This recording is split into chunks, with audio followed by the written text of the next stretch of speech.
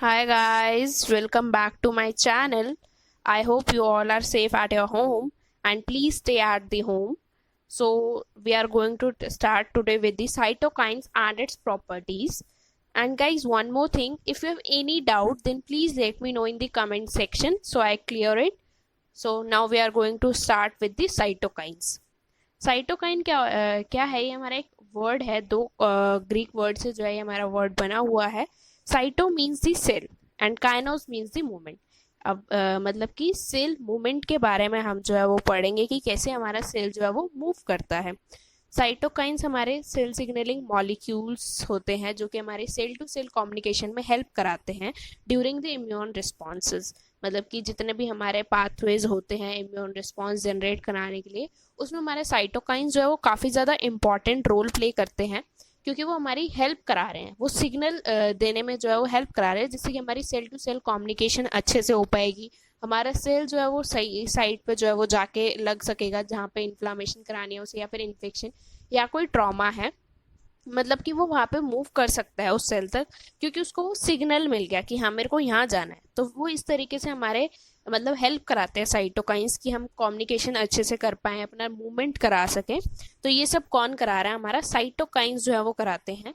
Cytokines हमारी peptide की form में भी मिल सकते हैं, प्रोटीन की फॉर्म में भी मिल सकते हैं और ग्लाइकोप्रोटीन की फॉर्म में, मतलब इन तीनों फॉर्म में जो है वो एग्जिस्ट कर सकते हैं. अब ये नहीं है कि साइटोकाइंस हमारा सिर्फ बॉडी में एक ही जगह जो है वो प्रोड्यूस्ड हो रहा है, नहीं. हमारी ओवरऑल बॉडी जो है साइटोकाइंस को प्रोड्यूस कराती है जिसकी वजह से उनका एम्ब्रियोलॉजिकल जो ऑरिजिन है वो काफ़ी ज़्यादा डाइवर्स होता है. मतलब अब हर एक सेल से अलग अलग जगह से वो प्रोड्यूस हो रहा है तो उनका ऑरिजिन भी डाइवर्स हो गया काफ़ी ज़्यादा. तो इसलिए जो है इनका एम्ब्रियोलॉजिकल ऑरिजिन जो है वो काफ़ी डाइवर्स माना जाता है क्योंकि हमारा बॉडी का हर सेल जो है वो साइटोकाइन प्रोड्यूस करा सकता है. अब साइटोकाइन तो एक जनरल नेम हो गया, मतलब कि जैसे ह्यूमन बींग्स हैं उनको हम होमो सेपियंस कहते हैं, वो एक जनरल नेम हो गया. पर्टिकुलर हमारे अलग अलग नेम होते हैं ना, जैसे किसी का शीतल हुआ, किसी का आरजू हुआ, किसी का आरती हुआ, तो इस तरीके से वो अलग अलग नेम्स होते हैं. तो इसी तरीके से साइटोकाइंस में भी है कि हमारे इसके फंक्शन पे, इसकी सिक्रीशन कैसी है या इसका टारगेट कैसा है, उस चीज़ पे जो है ये इनका पर्टिकुलर नाम होता है. जैसे कि अगर हमारे लिम्फोसाइट से साइटोकाइंस ओरिजिनेट हैं, मतलब लिम्फोसाइट्स ने हमारे साइटोकाइंस बनाए तो हम उन्हें लिम्फोकाइंस बोल देते हैं, या फिर इंटरल्यूकिन्स, मतलब लिम्फोकाइंस या फिर इंटरल्यूकिन्स. सिमिलरली अगर हमारे मोनोसाइट्स या फिर मैक्रोफेजिस से कोई साइटोकाइन ओरिजिनेट है हम उसको बोल देंगे मोनोकाइंस. तो इस तरीके से इनके पर्टिकुलर नेम होते हैं. साइटोकाइन एक जनरल नेम है, आप बोल सकते हैं. बाकी इनके ऐसे पर्टिकुलर नेम्स होते हैं, बाकी काफ़ी टाइप के हमारे ऐसे पर्टिकुलर नेम हैं इनके, जैसे कि फिगर में दिखा रखा है कि इन सब से साइटोकाइंस जो है हमारे वो बन सकते हैं. अब हम आ जाते हैं इसकी प्रॉपर्टीज और फंक्शन पे कि साइटोकाइन हमारा कैसे क्या फंक्शन करता है. सबसे फर्स्ट जो इसका फंक्शन है, ये एक स्पेसिफिक रिसेप्टर है.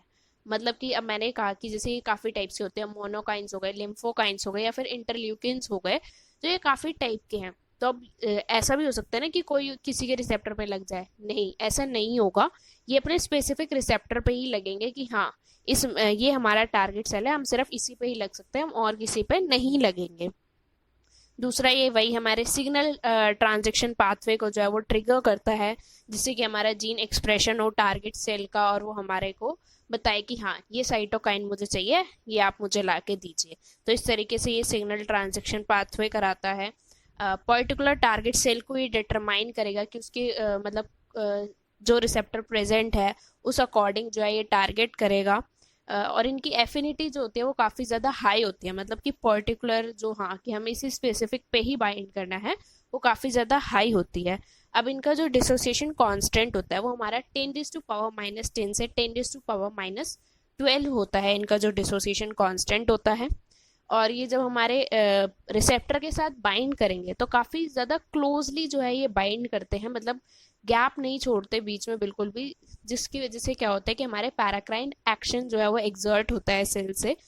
अब पैराक्राइन और ऑटोक्राइन एक्शन होते हैं हमारे दो टाइप के. ऑटोक्राइन एक्शन कब होगा? जब हमारा वो सेम सेल पे ही बाइंड करे, मतलब कि जिस सेल ने उससे प्रोड्यूस कराया उसी पे ही वो बाइंड कर रहा है, तो वो हमारा ऑटोक्राइन एक्शन कहलाएगा. पैराक्राइन कब कहलाएगा? जब वो अपने पास वाले सेल पे जाके जो है वो बाइंड कर रहा है। तीसरा होता है हमारा एंडोक्राइन एक्शन। एंडोक्राइन एक्शन क्या है कि वो काफी ज्यादा मतलब जिस सेल ने उसे स्क्रीट कराया उसे काफी ज्यादा दूर जाके जो है वो हमारा एंडोक्राइन एक्शन जो है वो मतलब उस पे जाके वो बाइंड करा, तो उस टाइम पे हमारा कौन सा होगा, एंडोक्राइन एक्शन होगा। तो इस तरीके से ये 3 टाइप के एक्शन कराता है। मतलब पैराक्राइन अगर वो हमारे साथ वाले ही किसी सेल पे जाके बाइंड कर रहा है साइटोकाइन, तो हमारा वो पैराक्राइन एक्शन देगा। लेकिन अगर वो सेम सेल पे ही बाइंड कर रहा है तो वो ऑटोक्राइन देगा। अगर वो कहीं दूर जाके किसी और पार्ट ऑफ बॉडी पे जाके वो बाइंड कर रहा है तो हमारा एंडोक्राइन एक्शन कराएगा। तो इस तरीके से ये एक्शंस कराते हैं हमारे साइटोकाइंस 3 टाइप के। और इनकी जो हमारा जो भी इम्यून रिस्पॉन्स, मतलब हमें फीवर हुआ है तो उस टाइम पे हमारा टेम्परेचर कितना हाई जाएगा, कितने दिन तक रहेगा, वो सब इन्हीं पे डिपेंड करता है कि कितनी इंटेंसिटी होगी हमारे रिस्पॉन्स की, कितना ड्यूरेशन रहेगा। वो किस पे डिपेंड करता है, हमारे साइटोकाइंस पे, कि वो कितने रिलीज हो रहे हैं, उस तरीके से जो है उस पर डिपेंड करता है। ये हमारी एक्टिवेशन, प्रोलिफरेशन और डिफरेंशिएशन भी काफ़ी सारे सेल्स की जो है स्टिमुलेट या इनहिबिट कराते हैं।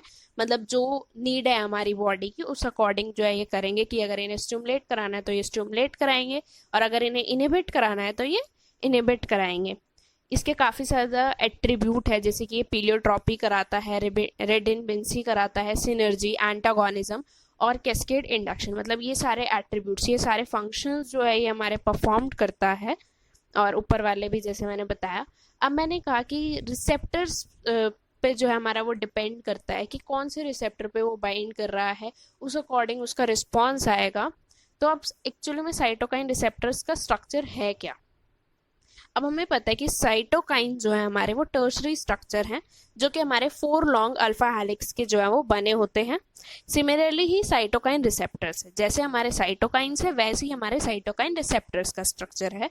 इनमें हमारे 2 एक्स्ट्रा सेलुलर डोमेन होते हैं, जिनके आगे 2 सब डोमेन होंगे। मतलब कि हमारा एक्स्ट्रा सेलुलर डोमेन है, उसका आगे वो 2 सब डोमेन्स में जो है वो डिवाइडेड है। अब हर एक डोमेन जो है हमारा वो 7 बीटा स्ट्रैंड से जो है वो बना होता है। मतलब जो हमारे सब डोमेन्स हैं वो दोनों ही जो है 7 बीटा स्ट्रैंड से बना है। मतलब एक 7 बीटा स्ट्रैंड इधर, एक 7 बीटा स्ट्रैंड दूसरी तरफ। तो इस तरीके से वो आपस में फोल्डेड होते हैं। अब एक एग्जांपल ले लीजिए बाइंडिंग का, कि कैसे ये इतने मतलब स्पेसिफिक होते हैं कि हमने इरिथ्रोपोएटिन मॉलिक्यूल को इंट्रैक्ट कराना है किसी साइटोकाइन से, तो वो किससे इंट्रैक्ट करेगा, वो हमारे इरिथ्रोपोएटिन रिसेप्टर प्रोटीन से ही जो है वो इंट्रैक्ट करेगा। ऐसा क्यों, क्योंकि उनका स्ट्रक्चर सिमिलर होगा, तो वो एक दूसरे को रिकॉग्नाइज कर पाएंगे। क्योंकि रिसेप्टर अब काफ़ी सारे रिसेप्टर मिले उसको इरिथ्रोपोएटिन मॉलिक्यूल को, लेकिन वो किसी से नहीं बाइंड करा, वो सिर्फ इरिथ्रोपोएटिन रिसेप्टर प्रोटीन से ही जो है वो बाइंड करा। क्यों, क्योंकि उस रिसेप्टर का स्ट्रक्चर उसकी तरह था, इसलिए जो है वो उस पर बाइंड करा। अब सेल का रिस्पॉन्स, कि सेल किस तरीके से हमारा रिस्पॉन्स करेगा, वो किस पे डिपेंड करता है कि किस तरीके से हमारा जो रिसेप्टर है जिस पे हमारा सेल बाइंड करा है वो एक्सप्रेस हो रहे हैं। अगर वो बहुत ज़्यादा इंटेंसिटी से एक्सप्रेस हो रहे हैं तो हमारा जो रिस्पॉन्स है वो भी काफ़ी ज़्यादा हाई आएगा। अगर वो कम इंटेंसिटी से जो है वो बाइंड हुए हैं या एक्सप्रेस कर रहे हैं तो हमारा रिस्पॉन्स भी कम आएगा। तो इस तरीके से जो है हमारा वो साइटोकाइन और साइटोकाइन रिसेप्टर्स के बीच में बाइंडिंग होती है, जिसकी वजह से हमारा इम्यून रिस्पॉन्स जनरेट होता है और उसकी मतलब पूरी इंटेंसिटी, ड्यूरेशन वगैरह सब पता चलती है हमें। तो ये हमारे साइटोकाइंस से कि वो कैसे वर्क करते हैं। That's it, thank you so much. Please like, share and subscribe my channel. Thank you so much.